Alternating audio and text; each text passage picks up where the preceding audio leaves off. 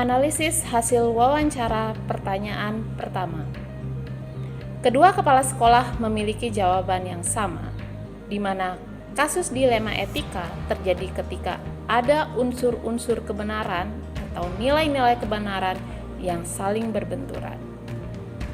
Kepala sekolah pertama memberikan contoh dilema kasus terkait dengan peraturan pemerintah atau peraturan dari pusat yang awalnya memberikan kebebasan kepada sekolah untuk mengatur setiap kegiatan, namun aturan terbaru menyatakan atau memberikan batasan kepada kegiatan-kegiatan yang boleh dilakukan, sehingga muncul dilema etika kegiatan apa saja yang ditunda atau tidak dilaksanakan.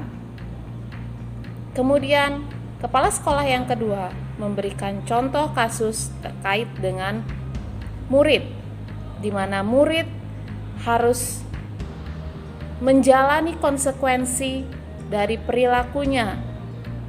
Konsekuensi tersebut mengharuskan murid berhenti dari sekolah karena mengalami kehamilan. Disitulah sekolah mengalami dilema etika karena murid tersebut sebentar lagi mengikuti ujian. Sedangkan aturan mengatakan bahwa jika ada murid yang hamil, tentu saja harus diberhentikan dari sekolah. Dua kepentingan yang sama-sama benar atau sama-sama mengandung nilai-nilai keputusan, karena ini lembaga pendidikan yang jelas, saya harus ada rujukan normanya dalam hal ini regulasinya. Kemudian yang berikutnya kita melihat keputusan itu harus dipenuhi secara baik dan benar. Analisis hasil wawancara pertanyaan kedua. Jika dilihat dari prinsip-prinsip pengambilan keputusan, kedua kepala sekolah memegang prinsip utama yang sama, yaitu prinsip berpikir berbasis peraturan atau rule-based thinking. Selain itu, untuk kasus-kasus tertentu, kepala sekolah pertama juga menerapkan prinsip berbasis hasil akhir atau end-based thinking. Sedangkan kepala sekolah kedua juga menerapkan prinsip berpikir berbasis rasa peduli atau care-based thinking. Langkah-langkah dalam pengambilan keputusan. Langkah-langkah ini mengacu kepada prosedur operasional sekolah, dalam hal ini di SMA Negeri 1 Senamadai. Karena ini terkait dengan keputusan kalau mengarah kepada siswa yang bermasalah terkait dengan etika, moral, dan sebagainya, itu sudah diatur oleh dokumen yang disebut dengan peraturan akademi sekolah. Analisis hasil wawancara pertanyaan ketiga. Jika dianalisis menggunakan 9 konsep pengambilan dan pengujian keputusan, kedua kepala sekolah memang tidak secara gamblang mengurutkan sesuai langkah-langkah yang ada. Namun, kedua kepala sekolah sudah menerapkan langkah-langkah tersebut yang terbukti dari bagaimana mereka, pertama, melihat jenis atau tingkatan kasus yang merupakan langkah ke-1 atau pertama, yaitu mengenali nilai-nilai yang saling bertentangan, dan juga merupakan langkah ketiga, yaitu mengumpulkan fakta-fakta yang relevan dalam situasi tersebut. Dan tentu saja itu adalah juga merupakan langkah kelima, di mana ada pengujian paradigma benar lawan benar. Kemudian yang kedua, bagaimana mereka menentukan siapa yang dapat menangani. Yang ini merupakan langkah kedua, di mana menentukan siapa yang terlibat dalam situasi dilema kasus tersebut. Kemudian yang ketiga, melihat aturan atau payung hukumnya, yang merupakan langkah keempat atau pengujian benar atau salah, dan langkah keenam, yaitu melakukan prinsip resolusi. Kemudian yang keempat, melakukan konferensi kasus. Ini merupakan langkah ketujuh di mana usaha atau investigasi usaha mencari opsi trilema.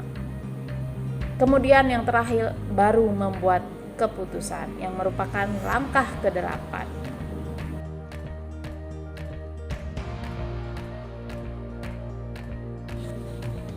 Analisis hasil wawancara pertanyaan keempat. Menurut kepala sekolah pertama, efektivitas suatu pengambilan keputusan dilihat dari adanya aturan yang jelas untuk mencapai kebaikan bersama. Sedangkan kepala sekolah kedua dilakukan dengan pendekatan kolaboratif dan manajemen humanistik.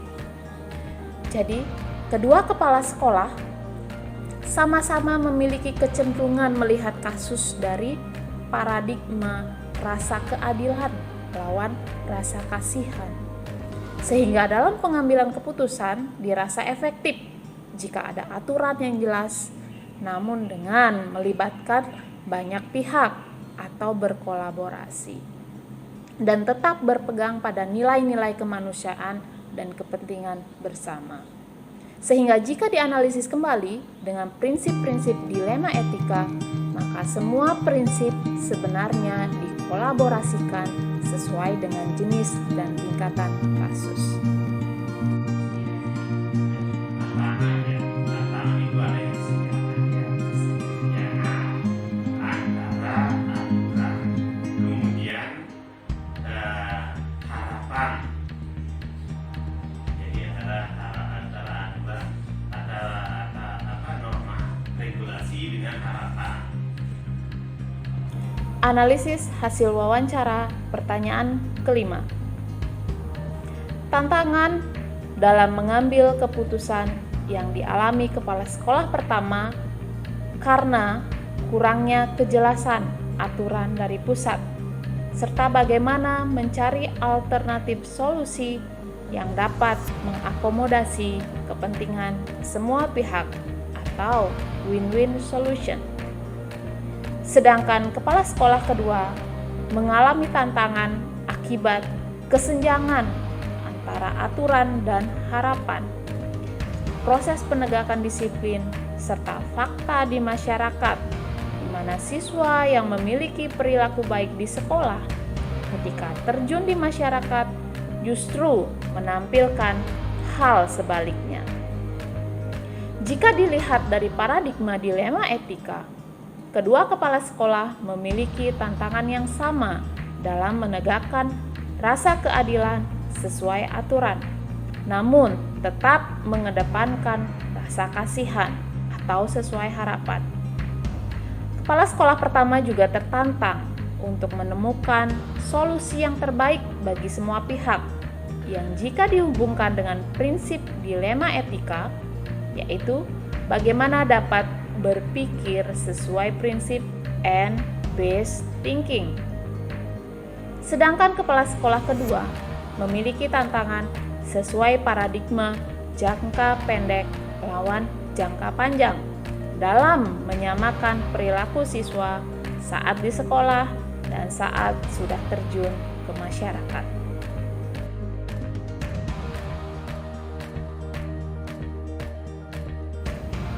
Analisis hasil wawancara pertanyaan ke-6. Masing-masing kepala sekolah memiliki prosedur penyelesaian kasus dilema etika sesuai kondisi dan karakteristik masing-masing sekolah. Kepala sekolah pertama yang bertugas atau memimpin sekolah luar biasa seringkali melibatkan staf pimpinan dalam pengambilan keputusan. Sedangkan kepala sekolah kedua yang memimpin sekolah SMA menyesuaikan jenis kasus dengan memanfaatkan jenjang penanggung jawab yang dimulai dari guru, wali kelas, guru BK, wakil kurikulum, hingga kepala sekolah.